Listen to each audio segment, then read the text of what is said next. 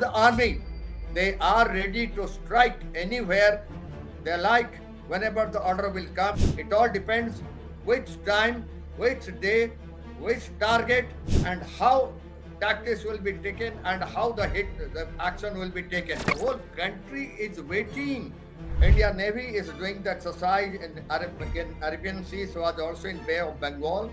And our Midas 2000 Rifles, they have started exercising in Punjab border and Kashmir border also. The operations have started. The war operations are going on. Economical warfare, it has started with Pakistan. The Sindh Treaty was cancelled, and just see its repercussion after 2 months in Punjab side of Pakistan. There will be a famine, and all the farmers, they will be shouting. It's a Pakistan is sort of oil. It is economical warfare. It's not only militarily striking. You can achieve your aim, military aim. Saifullah, he has already planned this from February. All the logistics and the planning was done by ISI and General Munir, the Chief of Army Staff of Pakistan. The punishment will be given, and when they will be given, in what way he will be given, and where exactly it will be given. Of course, the PM, Mr. Rajnath Singh, and 3 Chief of Staffs, they will decide.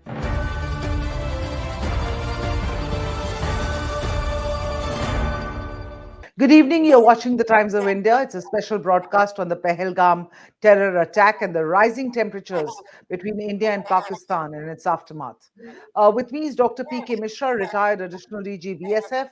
Sir, the country is mourning, and the Prime Minister has declared he will not spare the attackers. In his words, and I quote, "Mitti mein mila denge." It is a very strong statement. What are the options for India to impose high costs on Pakistan for this barbaric massacre? Yes, Aditi, I can tell you, I have listened to Honorable Prime Minister what he spoke, even in English language at Madhubani in Bihar. He has clearly given absolutely Pakistan. He has warned Pakistan that not only this TRF or not only LET, those all who are behind this, those all who planned this, we will trace them out and we will punish them wherever in the world they are there. This shows very clearly that he will take action against them, the perpetrators. And the perpetrators are there in Pakistan. Of course, we have so many sleeper cells all around Kashmir. Now you see today itself, our security forces, SOG, Army and CRPF and JK Police, they have started checking all the houses in Srinagar. It has gone early morning. They have already started, and of course, Asif and Adil's houses, they were totally blasted, and they are now finding out all the sleeper cells, not only in Pahalgam area but also in Srinagar, and the operations are still on. And particularly, I have spoken to the border areas. In the Army and BSF, they are very alert, and in the Jammu border, the BSF is very alert, and on the LOC, they are very alert, and wherever the Pakistan has fired yesterday night, all those BOPs from where the firing came from Pakistan, they were totally powdered by our army. I want to ask you directly, sir, is India prepared for a full-blown conflict with Pakistan? Let's not forget that Pakistani Defense Minister on Thursday openly challenged and said that the Indian citizens won't be spared if Pakistanis are attacked. What would be the implications of a potential Indian strike on Pakistan? Yes, in fact, our war exercise is going on. Indian Navy is doing the exercise in Arabian Sea, so was also in Bay of Bengal. And our Midas 2000 Rifles, they have started exercising in Punjab border and also in Rajasthan border and in Pakistan and in Kashmir border also. The operations have started. The war operations are going on. And the army, they are ready to strike anywhere they like, whenever the order will come. And Upendra Dwivedi, the general, the Chief of Army Staff, he's already in Kashmir to know the preparedness of army. It all depends which time, which day, which target, and how tactics will be taken and how the action will be taken. But I can well tell you whether it will be through Indian Navy or Indian Air Force or Army. It depends upon the 3 chiefs and Mr. Rajnath Singh and the Prime Minister, they will decide. But the date and time will be very cautious. We have to seriously think what about the replication, how far we can go inside Pakistan, and where all to hit. The targets may be all the all the jihadi training camps in POK opposite to Kashmir, all the launching pads which are there opposite to Kashmir, or maybe the locations at Bahawalpur and location of Hafiz Said. These may be the targets. You talked about the naval exercises and the Air Force Yeah. exercises. I want to specifically talk to you about the Akraman exercise by the IAF near the LOC. Pakistan is clearly panicked by that. What can you tell us about what kind of readiness uh, do these or are these exercises giving the Indian defense and military capabilities? Indian Navy has done this Akraman exercises and BFC. Just see, I'm telling you, they are there. It is an economic blockade. It's not only attacking Karachi port or that way Gwadar port, but the oil tankers. It's a Pakistan is sort of oil. It is economical warfare. It's not only militarily striking. You can achieve your aim, military aim, through another way, economical warfare. The oil tanks coming to Pakistan in Arabian Sea and Bay of Bengal, they will be not allowed by our Indian Navy. That will be stopped, and they cannot reach. Either Gwadar or Karachi port. So that is being planned, and they have already deployed our Indian naval ships there, and the war exercise is going on in that aspect. As far as Indian Air Force is concerned, particularly the Rafales, all the Rafales they are in readiness. They have already done the practices, and the targets they have fixed also, where all the targets will be there and how to hit it, how to come back, and whether it will be through the missile from our side or it will be missile in their side. After crossing to Pakistan, the missile can be launched. It all depends upon the Rafale tactics, and definitely they have already done the practice and the targets.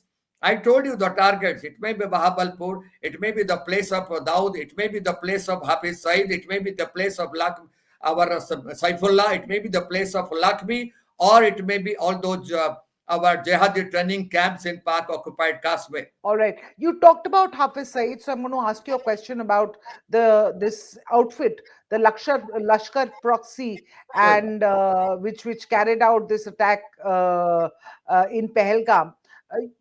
What can you tell us about this proxy and the links with the masterminds sitting in Pakistan? yes, I can tell you this TRF. It's one offshoot of Lashkar-e-Toiba, and Saifullah is the leader. In fact, this is he is following Hafiz Said, the Jamaatul Dawa and Lashkar-e-Toiba leader. So Saifullah, he has already planned this from February. All the Hmm. logistics and the planning was done by ISI and General Munir, the Chief of Army Staff of Pakistan, through Saifullah, and the logistics were provided by Pakistan Army itself. I can well tell you the penetration might have taken place in Kush, Kishtwar border, because that is the closest to this Baisaran hilltop where this incident has happened. You know, there two militants of TRF who are Indian origin from Kashmir. They have wrecked it 2 days before, and just see, this particular place was opened to our civilians and the tourists just 2 days before the incident happened. That is something which cropped up, and definitely the intelligence failure was there, and police could not, Jammu Kashmir police could not come to know how this place was opened for tourists and what a place they have selected when they wrecked it. Nobody came to know. They knew that even if they target from, they cross over from Kishtwar 7 days before, they have crossed and they came through the jungle to that place, and that place is such there was no deployment of security forces, and it is such a place where you have to go by ponies and on horseback for about 1.5 hours. And if security forces will come, they will take 2 hours to reach. So that means 2 hours were there with the militants to hit and to again escape. Their escape routes were also cleared and they have escaped. So that means we had sleeper cells there who have helped them. They guided them and they have given them the place to hide. Logistical help was given to them and the sleeper cells were available. Like I told you, Sahil and Adil, they were there. Their houses were bombarded today morning and they were ransacked. So now police and security forces, they are searching other places also where sleeper cells are available. We have a number of such sleeper cells there everywhere in Kashmir, and they are supporting Pakistan. And we have to trace this person. They are even worse than TRF or LET because they are anti-national. So they go against the security of our nation, and they are in touch with their handlers opposite side, whether it is Saifullah or whether it is ISI. They are in touch, and police is behind them now. And heavy search operations they have been carried out. It has started from today morning itself. You know, despite 6 years of unprecedented crackdown, sir, in the valley, and we were, of course, made to understand that some level of normalcy was returning in the valley. But despite that, we failed to wipe out these sleeper cells. I know it's a process, but it's been 6 years of unprecedented crackdown. Why do you think we've been unable to get the better of them? You see, there are a lot of factors. And of course, if somebody has seen Pir Panjal range, it consists of about 25 to 30 big mountains. They are not hills, big mountains and completely full of jungles, pine jungles. Very, heights are too many. And you see, it is, if you start from Pir Panjal, you have Uri, Poonch, and Kathua, and Riasi, Udhampur. They all are one side of this Pir Panjal, various sides of Pir Panjal, such a big range. And one can, these people, those were earlier, they were in 500 in numbers. Now they are about 150 to 200 left. And they come in 2 or 3 strength. They come, hit, and they go back again to the jungle. So to clear it, the operation is going on at Udhampur, that is at Barsabari area, Dudu area, and Kathua also the operation started. Everywhere in Pir Panjal operation is going on. But I can tell you yesterday night, throughout the night, Pakistan army started firing in Jammu border, Tregam border, and also in Kupwara border. And they were replied, and most of the places where from the firing has come, they were totally powdered yesterday night by our Indian army. And I think it is not only economically to finish them. Of course, their funding was coming from Qatar and Saudi Arabia. The funding has stopped. Mr. Donald Trump is going to stop even India International Monetary Fund to not to give them the funds. It's only Turkey and China. Turkey is providing them the drones and the drone factory, and China is going to give them attack aircrafts. And they have Sabah requested Mr. Xi Jinping to place attack aircrafts in nearby area of Kashmir opposite side so that they can hit all the places in Kashmir. But how far China can help them? Because China is a country. They have taken over Herman Tota from Sri Lanka. Gwadar, they will also take over the whole. In that way, they will purchase whole of Pakistan. Pakistan is facing problem. But this economical warfare, it has started with Pakistan. This Sindh treaty was cancelled, and just see its repercussion after 2 months in Punjab side of Pakistan. There will be a famine, and all the farmers, they will be shouting. There will be no water, and every price will rise vehemently, and people will be definitely going against the army chief. And they have already started. And there are 2 army officers, those who have clearly stated that this planning was made by General Munir and nobody else. You know, I fail to understand. And while you're saying that the Pakistani military jihadi complex, really it depends on keeping this fight with India alive, keeping the borders burning for their own relevance. But right now, at this point, and you mentioned Donald Trump, and I want to ask about Trump and the US response, if India escalates this, how do you think the West is going to respond? Because they always have a point of view. You see, they have selected the time when J.D. Vance was there in India, and he knows every aspect of it. And Mr. Donald Trump, of course, he has clearly stated that we stand behind India at this juncture, and we know we have to ensure that this militancy must stop, and Pakistan, who is breeding the militancy, that they have to stop it. Of course, they know it pretty better that Osama bin Laden he was given shelter in Pakistan, and they know the location of Hafiz Saeed, they know the location of Lakshmi also. So everything is known to them. I'm very sure that the logistical support to Pakistan from USA, it has stopped. They will never get it. Neither any funds will be coming from USA to Pakistan. Pakistan will be getting support only for two countries, that is Erdogan, Turkey, and China, and nobody else. And let us see how far they can help them. But they have deployed their army, navy, and air force in the border of India, and they are ready for a war also. That is, I have listened to the External Affairs Minister of Pakistan, the way he was speaking, that okay, we are ready for a war with India, Yeah. but we have to find out, as Honorable Prime Minister has stated at Madhubani, he will give them a punishment. The punishment will be given, and when they will be given, in what way he will be given, and where exactly it will be given. Of course, the PM, Mr. Rajnath Singh, and three chief of staffs, they will decide, and it will take some time. We cannot do at this juncture. It will take some time to absolutely prepare yourself, find out the real target and the tactical approach to hit it. We have to wait for the chance. When you say it will take some time, do you see a timeline? Yes, the timeline will be maximum 1 month, because you see, after a month, the whole country will be telling what has happened. He have told, and nothing has happened. The whole country is waiting for an action by India.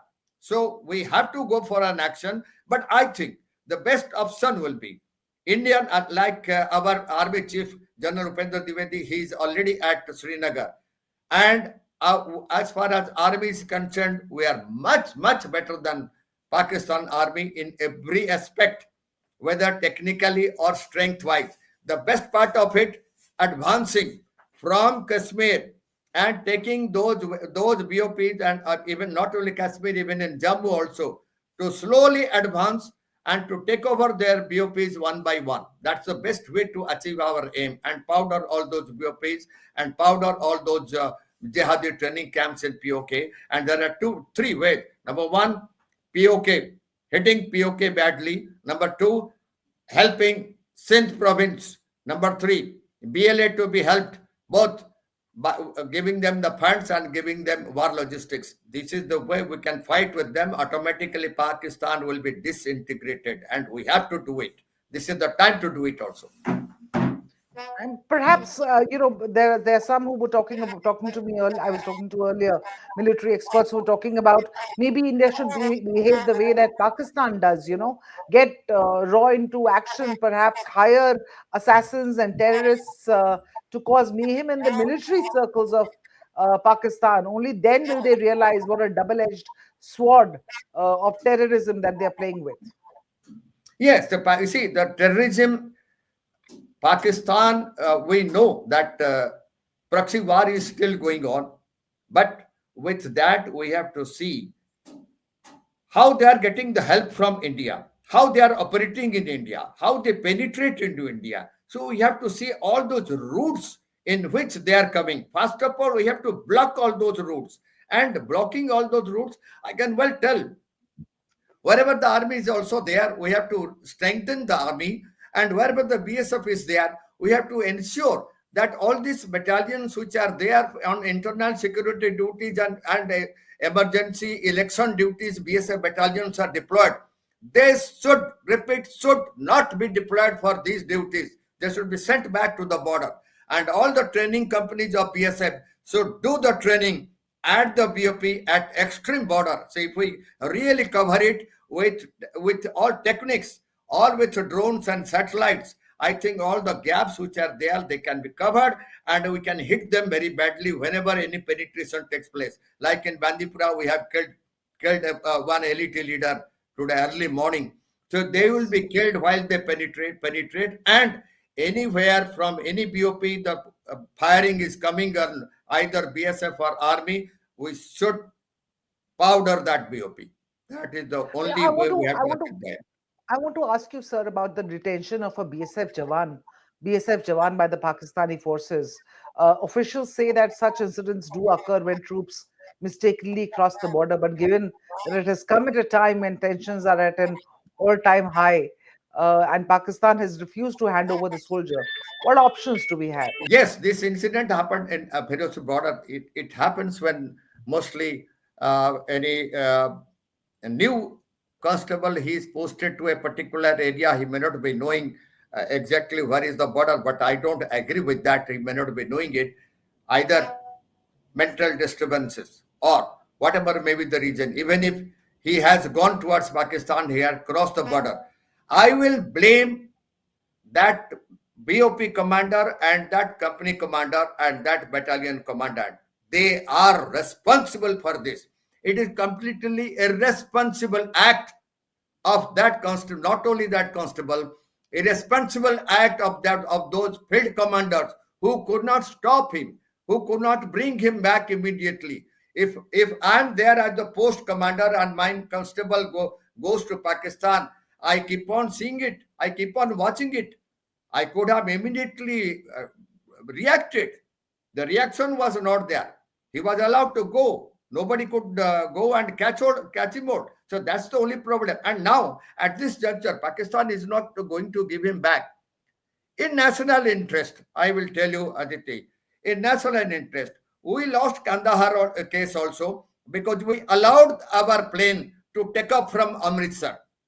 Hmm. That's the worst thing we did it. And we had to give all those militants back to Pakistan. And this is how they may again play with us. We'll hand over your constable if you hand over all these things to us. Nothing doing. Let's not fight for that. Of course, we have lost a constable. Forget about that. It's in national interest, I'm telling you.